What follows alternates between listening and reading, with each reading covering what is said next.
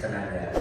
Jadi kami tadi melihat membaca tentang draft naskah ini ada kesenjangan tentang tenaga kesehatan tempur, di mana mayoritas tenaga kesehatan di luar medis itu mayoritas doyannya di kota.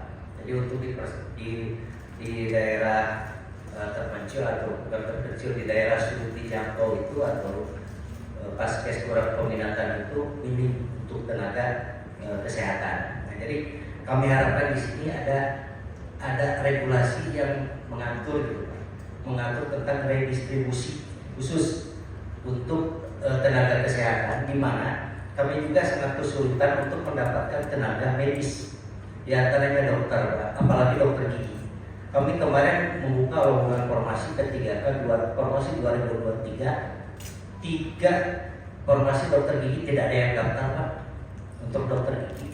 Kemarin juga kami di formasi 2024 membuka lowongan formasi dokter gigi CPNS, dari 4 hanya 3 yang daftar. Jadi kami kesulitan untuk mendapatkan tenaga medis. Apalagi kami harapkan kepada Bapak Dewan yang terhormat di sini, apalagi untuk tenaga medis Pak.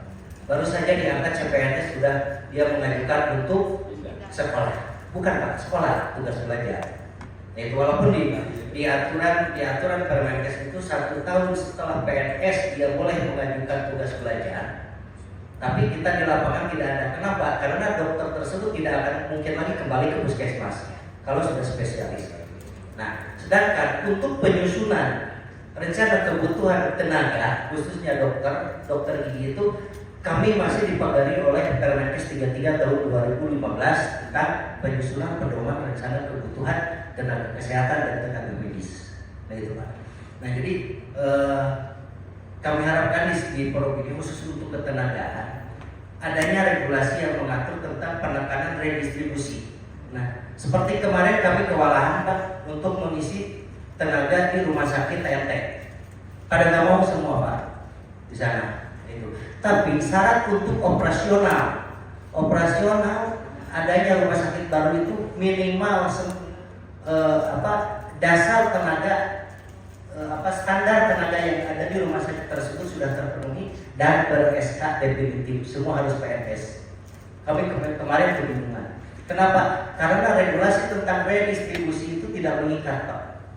Kita hanya mengandalkan yang mau pindah atau mengajukan pindah. Kalau kita meredistribusi secara organisasi, kami juga regulasinya kurang kuat. Nah itu. Nah terus alhamdulillah untuk tenaga kesehatan di Kabupaten Tasikmalaya ini kami mendapat bantuan secara penugasan khusus seperti sekarang yang akan kita launching di bulan Juli itu adalah dokter desa. Jadi ini program unggulan Provinsi Jawa Barat yang menurunkan dokter desa ke desa-desa yang bermasalah kesehatan. Dan alhamdulillah kami sudah merencanakan dan sudah di ACC 2 desa yang akan dikunjungi nanti dokter desa selama 2 tahun kontrak. Nah, permasalahannya lagi Pak, dokter tersebut ditugaskan dari provinsi kerjasama dengan UNPAD dan dibiayai di honorarium oleh ke provinsi dengan APBD provinsi, tapi kita harus menyediakan tempat tinggal dan operasional. Itu kendala kami. Nah, terus yang kedua, kita juga suka kedatangan dokter intensif ya dok, yang setelah selesai pendidikan harus intensif. Nah, itu juga kita belum ada insentif untuk dokter intensif selama 1 tahun. Nah itu. Jadi regulasi seperti itu kita belum punya Pak, yang kita katakan termasuk saya harapkan kepada forum di sini khususnya kepada Dewan yang akan membuat perda nantinya, kami berharap untuk paskes atau puskesmas yang jauh yang di pinggir sana itu ada insentifnya Pak buat tenaga supaya yang bersangkutan atau tenaga kesehatan khususnya medis mau di sana. Jangan baru diangkat sudah pindah. Kalau tidak pindah alasannya melanjutkan pendidikan. Nah setelah spesialis kan nggak mungkin dia ke sana. Nah itu. Sedangkan di Permenkes 19 2024 itu minimal puskesmas non perawatan itu harus ada 2 dokter umum, 1 dokter gigi di samping penunjang lainnya. Apalagi di perawatan. Di perawatan itu minimal 4 dokter umum. Kami di lingkup puskesmas kita baru mempunyai dokter 89 tenaga dokter umum dan 27 tenaga dokter gigi. Kami masih kekurangan 13 dokter gigi untuk 13 puskesmas dan 30 dokter umum menurut standar. Belum lagi nanti kalau dihitung berdasarkan PMK 33 2015 akan lebih banyak. Nah itu. Nah, jadi kami harapkan di sini nanti mohon dimasukkan untuk regulasi retribusi supaya kami bisa mengurangi kesenjangan tenaga di beberapa puskesmas, terutama di puskesmas yang jauh dari perkotaan. Itu saja mungkin dari kami Pak. Mohon maaf. Assalamualaikum warahmatullahi wabarakatuh. Tim penyusun raperda kesehatan menegaskan tadi yang sudah disampaikan oleh Dr. Ani bahwa di dalam naskah akademik hanya membahas terkait dengan kalau dari 6 pilar reformasi kesehatan itu, kalau boleh saya sampaikan, 6 pilar reformasi kesehatan itu adalah yang pertama transformasi layanan primer, yang kedua transformasi layanan rujukan, yang ketiga transformasi sistem ketahanan kesehatan, keempat transformasi sistem pemberian kesehatan, kelima transformasi SDM kesehatan, dan keenam transformasi teknologi kesehatan. Kami dari pengelola tim ingin menjelaskan terkait hubungan antara pilar ke-1 dan pilar ke-6, yaitu layanan primer dan transformasi teknologi. Dari tahun 2022 akhir, Kementerian Kesehatan sudah menyediakan sebuah platform yang disebut sebagai Satu Sehat. Platform ini sebetulnya adalah untuk menggantikan pada waktu COVID itu ada Peduli Lindungi. Jadi tujuan daripada platform Satu Sehat ini adalah untuk menampung semua data rekam medis pasien seluruh masyarakat Indonesia, sehingga akan diketahui banyak hal nanti dari data yang di Satu Sehat itu. Tim penyusun nanti bisa mengakses ke websitenya Satu Sehat dan kemkes.go.id tanpa password. Intinya bahwa itu tadi, bahwa dalam Rapor Satu Sehat itu diharapkan semua status kesehatan masyarakat Indonesia itu ada di dalam Satu Sehat. Sebenarnya persoalannya. Nah, tapi bagaimana dengan peraturan daerah ini kita bisa siasati juga? Gitu Pak, betul Pak. Jadi ini yang diperlukan. Jadi konteks di daerah dengan sistem nasional kayak gini bikin repot gitu kan. Nah, sehingga peraturan daerah bisa masuk di sana karena itu penting dalam konteks daerah. Nah, jadi hal seperti ini yang diperlukan gitu. Sehingga secara nasional kita sedang berbenah dengan sistem kesehatan nasional dan seterusnya. Tapi bagaimana ada celah atau hal-hal yang itu abai di tingkat nasional yang itu harus diatur di tingkat daerah? Saya melihat terkait hal ini di narasi pada bab 5, yaitu tentang isi komponen pengelolaan kesehatan SKN ya Pak. Saya ingin dapatkah ditambahkan di dalamnya tentang peran lintas sektor Pak, karena di dalam isi komponen pengelolaan kesehatan tersebut hanya disebutkan bagaimana upaya, kemudian penelitian pengembangan, kemudian bagaimana pembiayaan kesehatan, SDM kesehatan, sedangkan memang di situ ada pemberdayaan masyarakat Pak, tapi belum ada di situ peran lintas sektor Pak. Ini terkait dengan program yang saya lakukan di dinas kesehatan. Saya dari program kesehatan lingkungan Pak, di situ sangat banyak membutuhkan peran lintas sektor sebagai tindak lanjut atau implementasi kegiatan yang sudah kami lakukan. Di program kesehatan lingkungan itu, kami di sektor kesehatan tidak ada kewenangan untuk pembangunan sarana fisik Pak. Contohnya misalnya kami mengintervensi melakukan kegiatan tentang program STBM, sanitasi total berbasis masyarakat. Upaya kami di situ hanya menyadarkan masyarakat Pak, melalui pemberdayaan masyarakat Contohnya misal pada pilar ke-1 itu. Tadi Pak, terutama khususnya dari Puskesmas, kami karena sebetulnya terfokus sama program-program yang ada yang tadi yang dibahas di Puskesmas. Ya. Jadi garda terdepan itu Puskesmas Pak. Yang pertama itu menanggapi tentang masalah tadi penyebaran dari SDM ini Pak. Ini yang perlu sebagai bahan masukan. Karena apa? Karena sangat penting sekali. Ya. Yang kedua juga mengenai masalah status Puskesmas sendiri. Kan baru ada 22 DTP ya, dengan tempat perawatan dan 18 yang belum DTP ya Bu ya. Jadi hal itu mungkin salah satu, karena kan sekarang program rakyat ya lebih mengutamakan lagi, makanya itu sebagai catatan untuk bagaimana itu secepat diregulasi nanti mengenai status Puskesmas sendiri. Yang ketiga ini mengenai masalah kondisi Puskesmas Pak ya. Memang sebagian besar sudah ada renovasi, tapi ada sebagian kecil lagi yang memang belum tersentuh secara sesuai dengan Permenkes nomor 43/2019 tentang Puskesmas Pak. Jadi tolong itu nanti dikaji kembali dari Permenkes tersebut yang menjadi persyaratan Puskesmas itu sendiri yang mungkin nanti akan menjadi sebagai hal-hal yang perlu sangat pekerjaan untuk nanti sebagai Puskesmas yang layak. Dan mungkin yang lainnya karena saya belum anggota kan di belakang.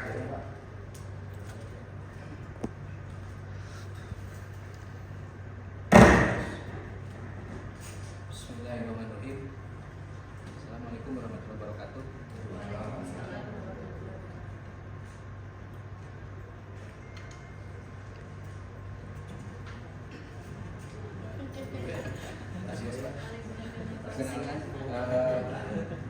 Perkenalkan nama saya Hani Hariri dari Puskesmas Rajapola. Busana teknis itu. Izin Pak Ketua, ini mungkin Pak Ketua satu-satunya kepala ketua yang resmi yang tidak duduk di ranah kesehatan. Oh gitu? Ya, Jadi di kecamatan. Jadi nggak begitu Pak.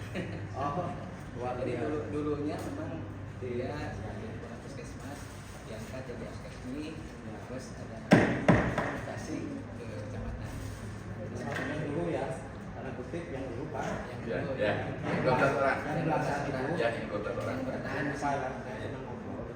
Yang bertahan cuma 4 orang. Ya, siap. Mungkin ini Pak, saya bukan curhat ya Pak, gimana ya Pak ini saya apakah dikatakan curhat oleh Pak? Jadi mungkin ini ada keadaan di lapangan saja Pak. Ya karena mungkin dari tadi dari dinas menyebutkan IRP dan sebagainya Pak ya, itu memang ranah kami semua Pak. Nah yang kendala di kami adalah untuk IRP, sedangkan IRP itu ada di KMK nomor 19/2015 ya Pak ya. Semua desa harus dipustukan ya Pak. Dan pustu itu harus di IRP kan, baik itu pustu IRP dan pustu posyandu. Mungkin ini saya singkat saja, saya itu membutuhkan SDM-nya Pak. Itu aja. Karena apa? Karena saya sekarang juga di Puskesmas double job semua Pak. Dia bidan megang ISPA, dia bidan megang diare. Jadi sedangkan pemerintah sekarang mendesak untuk kami di IRP kan. Nah ini yang jadi permasalahan kami. Sedangkan Pak betul-betul apa lagi terjadi KLB dan sebagainya. Itu ini harus diperhatikan ya. Itu mungkin di sini saya menggarisbawahi SDM lah Pak. Ya, SDM.